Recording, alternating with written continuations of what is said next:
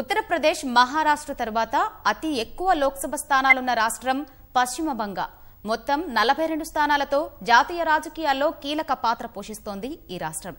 బలంగా ఉన్న అధికార పక్షాన్ని ఎదుర్కోవడానికి భాజపా ఒంటరిగానే బరిలో దిగుతోంది. కాంగ్రెస్ తో కలిసి వామపక్షాలు కలిసి పోటీ చేయాలని భావించినా ఇద్దరి మధ్య పొత్తుపై స్పష్టత రాలేదు. దీంతో రాష్ట్రంలో చతుర్ముఖ పోరుకే అవకాశాలు కనిపిస్తున్నాయి.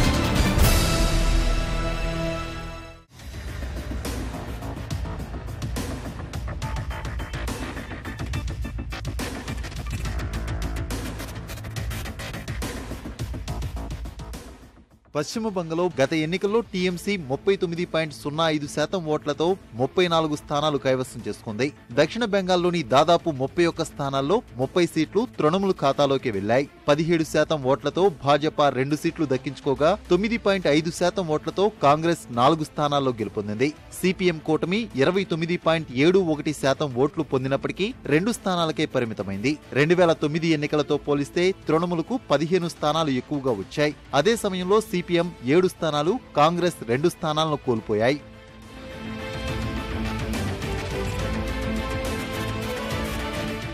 వామపక్షాలు ఇప్పుడు కూడా కోలుకునే పరిస్థితులైతే కనిపించడం లేదు. 2014 ఎన్నికల్లో దేశవ్యాప్తంగా మోదీ గాలి వీచినప్పటికీ పశ్చిమ బంగాలో ప్రభావం చూపించలేకపోయిన భాజపా ఓట్ల శాతం మాత్రం పెంచుకోగలిగింది. కాంగ్రెస్ పరిస్థితి అంతంత మాత్రంగానే ఉంది. అయినప్పటికీ సిపిఎం నేతృత్వంలోని కూటమితో కలిసి వెళ్లేందుకు కాంగ్రెస్ సుముఖత చూపడం లేదు. దీంతో చతుర్ముఖ పోరు ఖాయంగా మారింది.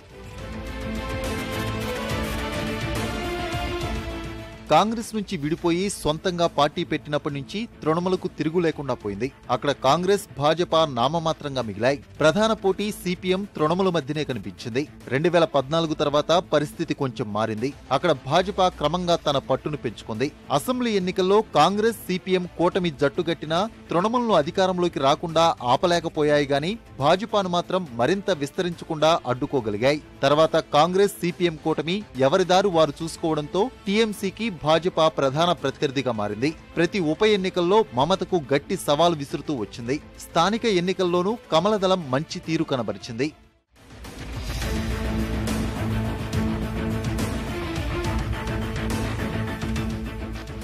పౌరసత్వ సవరణ బిల్లు కారణంగా బంగాల్ సరిహద్దుల నుంచి వచ్చి రాష్ట్రంలో స్థిరపడిన వారి ఓట్లు తమకే పడతాయి అని భాజపా భావిస్తోంది.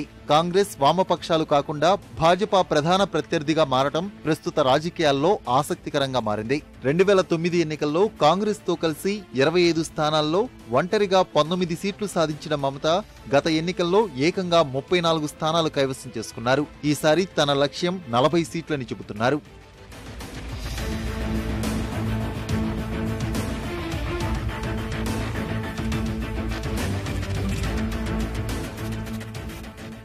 హిందీ బెల్ట్ రాష్ట్రాల్లో భాజపా బలంగా ఉండేది. ఇప్పుడు పరిస్థితులు మారటం వల్ల తూర్పు వైపు ప్రత్యేక దృష్టి సారించారు కమలనాథులు. ఇక్కడ నుంచి ఎలాగైనా అధిక స్థానాలు గెలుపొందాలన్న లక్ష్యంతో పావులు కదుపుతోంది కాషాయ దళం. అయితే బంగాల్లో పార్టీ క్యాడర్ జోరు మీదున్నా పార్టీని నడిపించే నేతలు పెద్దగా కనిపించడం లేదు. ఇక్కడ కూడా మోదీ, అమిత్ షాలే పెద్ద దిక్కుగా మారారు. స్థానికంగా ఉన్న రాష్ట్ర స్థాయి నేతలకు పెద్దగా మాస్ ఇమేజ్ లేదు.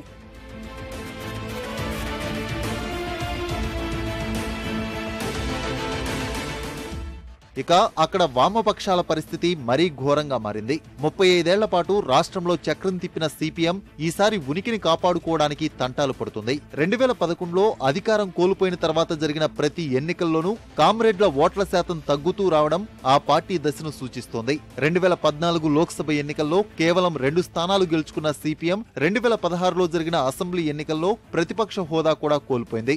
ఆ ఎన్నికల్లో కాంగ్రెస్ ప్రధాన ప్రతిపక్షంగా నిలిచింది.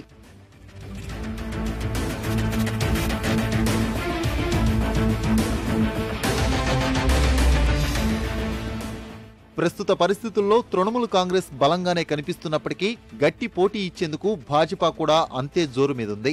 ఇక 4 రాష్ట్రాల ఎన్నికల్లో విజయంతో ఊపు మీదున్న కాంగ్రెస్ ఇక్కడ కూడా ఆ ప్రభావం పనిచేస్తుందేమోనన్న ఆశాభావంతో ఉంది. ఎటొచ్చి 3 దశాబ్దాల పాటు ఏలిన కమ్యూనిస్టుల పరిస్థితే ఎటూ పాలుపోకుండా ఉంది.